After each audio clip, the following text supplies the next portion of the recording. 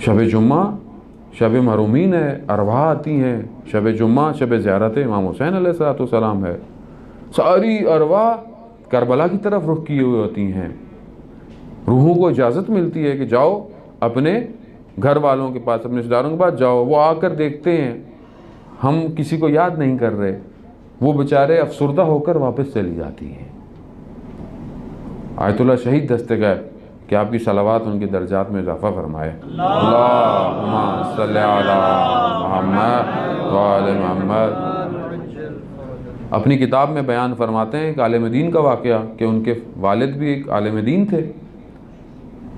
कहा कि उन्होंने अपने ख्वाब में देखा तो उन्होंने उनसे कुछ सवाल पूछे कि आलम बरज़ख में जब इंसान मरता है तो क़यामत तक एक और आलम के अंदर है जिसे आलम बरज़ख कहते हैं। रूहें उस वक्त तक हैं जब तक लोग दोबारा खड़े नहीं किए जाएंगे क़यामत और हशर के मैदान। तो फरमाया कि आलम बरज़ख में बाबा अज़ाब कैसा है, वहाँ अज़ाब की क्या किस तरह कैफियत है। तो कहा मैं तुम्हें सही तरह तो बता नहीं सकता क्योंकि जो वहाँ है वो इस दुनिया से अलग है, वो मादा नहीं है वहाँ पर, लेकिन मैं तुम्हें मिसाल देता हूँ कि चारों तरफ पहाड़ हों, उसके दरमियान में तुम अकेले हो और भेड़िए तुम्हारे पीछे लग जाएं, तुम फरार ना कर सकते हो। ये आलम बरज़ख का अज़ाब है।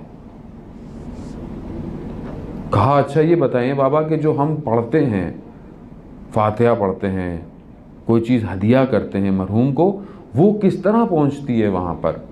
तो फरमाते हैं कि मिसाल के तौर पर एक कमरा हो, उसमें शदीद गर्म धुआं हो और वहाँ पर एक खिड़की खुल जाए और उससे ताज़ी हवा का झोंका आए, तुम्हारा फातिहा पढ़ना, तुम्हारा कुछ भी हदिया करना आलम बरज़ख में ऐसा है।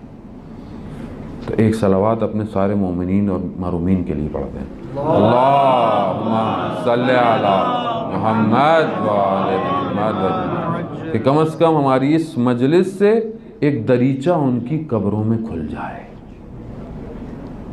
फिर उन्होंने कहा कि बाबा जान आपके होंठों पर कुछ ज़ख्म हैं, ये क्या है। कहा बेटा मैं आपकी वालदा को कुछ गलत अल्फाज इस्तेमाल करता था कि जो उनको नागवार गुजरते थे, ये उसका आलम बरज़ख में अज़ाब है।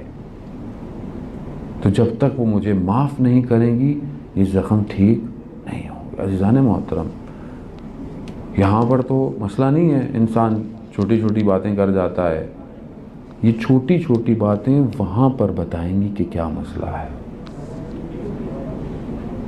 दो शख्स ज़ियारत पर जा रहे थे करबला, रास्ते में कहीं पर हमला हुआ, एक शख्स हलाक हो गया, एक वापस आ गया। दूसरा जो हलाक हो गया वो अपने दोस्त के ख्वाब में आया, क्योंकि ज़ियारत की नीयत से जा रहे थे, अच्छी नीयत से थी, तो देखा कि वो एक सरसब्ज़ मैदान में है, एक अच्छे बाग में है। मगर उसने पूछा, कहा बहुत अच्छा है मगर एक मसला है। क्या? कहा रोज़ एक बिच्छू आता है, मेरे पाँव के अंगूठे को काटता है, उससे मुझे बहुत तकलीफ़ होती है। तो कहा ये क्या है? कहा मैं एक दिन अपने दोस्त के घर खाने पर गया था, वहाँ पर एक छुरी चाकू खूबसूरत नज़र आया, फल काटने वाला, मैं बग़ैर उसकी इजाज़त के छुपा के ले आया था।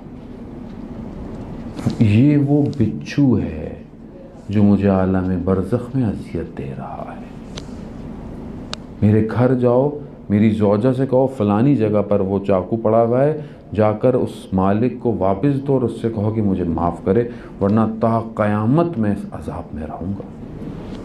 अज़ीज़ान मोहतरम, मामला संगीन है। कब्र के अंदर का हाल मुर्दा जानता है और कोई नहीं जानता। ये तो रिवायात और हदीस और ये उलमा अगर हमें ना बताएं तो हम तो अपनी ज़िंदगी में गाफिल हैं। हम हर दफ़ा मुर्दा दफनाने जा रहे हैं मगर ये नहीं सोचते कि हमें भी किसी दिन कोई दफनाने आएगा और वहाँ पर क्या होगा हमारे साथ। नहीं, मुझे मौत पे यकीन है, मेरा ईमान है मौत पर, लेकिन अपनी मौत पे यकीन नहीं है मुझे। जो मेरे सारे काम है ज़िंदगी के वो ऐसे चल रहे हैं जैसे मैंने तो मरना ही नहीं है।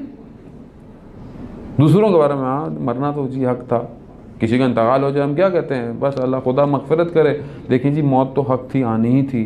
बहरहाल अल्लाह ताला आपके मरहूम को मग़फ़िरत करे, लेकिन भाई आप पे भी मग़फ़िरत करे। आपने भी तो मरना है एक ना एक दिन। उसकी मग़फ़िरत कौन करेगा? मेरा कायनात का मौला फरमाता है कि मुझे ताज्जुब होता है इंसान पर कि सारी ज़िंदगी कमाने में गुजार देता है और उसके बाद उसी सारी कमाई को अपनी सेहत पे लगाने में गुजार देता है, और ज़िंदा ऐसे है जैसे उसने कभी मरना ही नहीं, और जब मरता है तो ऐसा था जैसे कभी ज़िंदा ही नहीं था।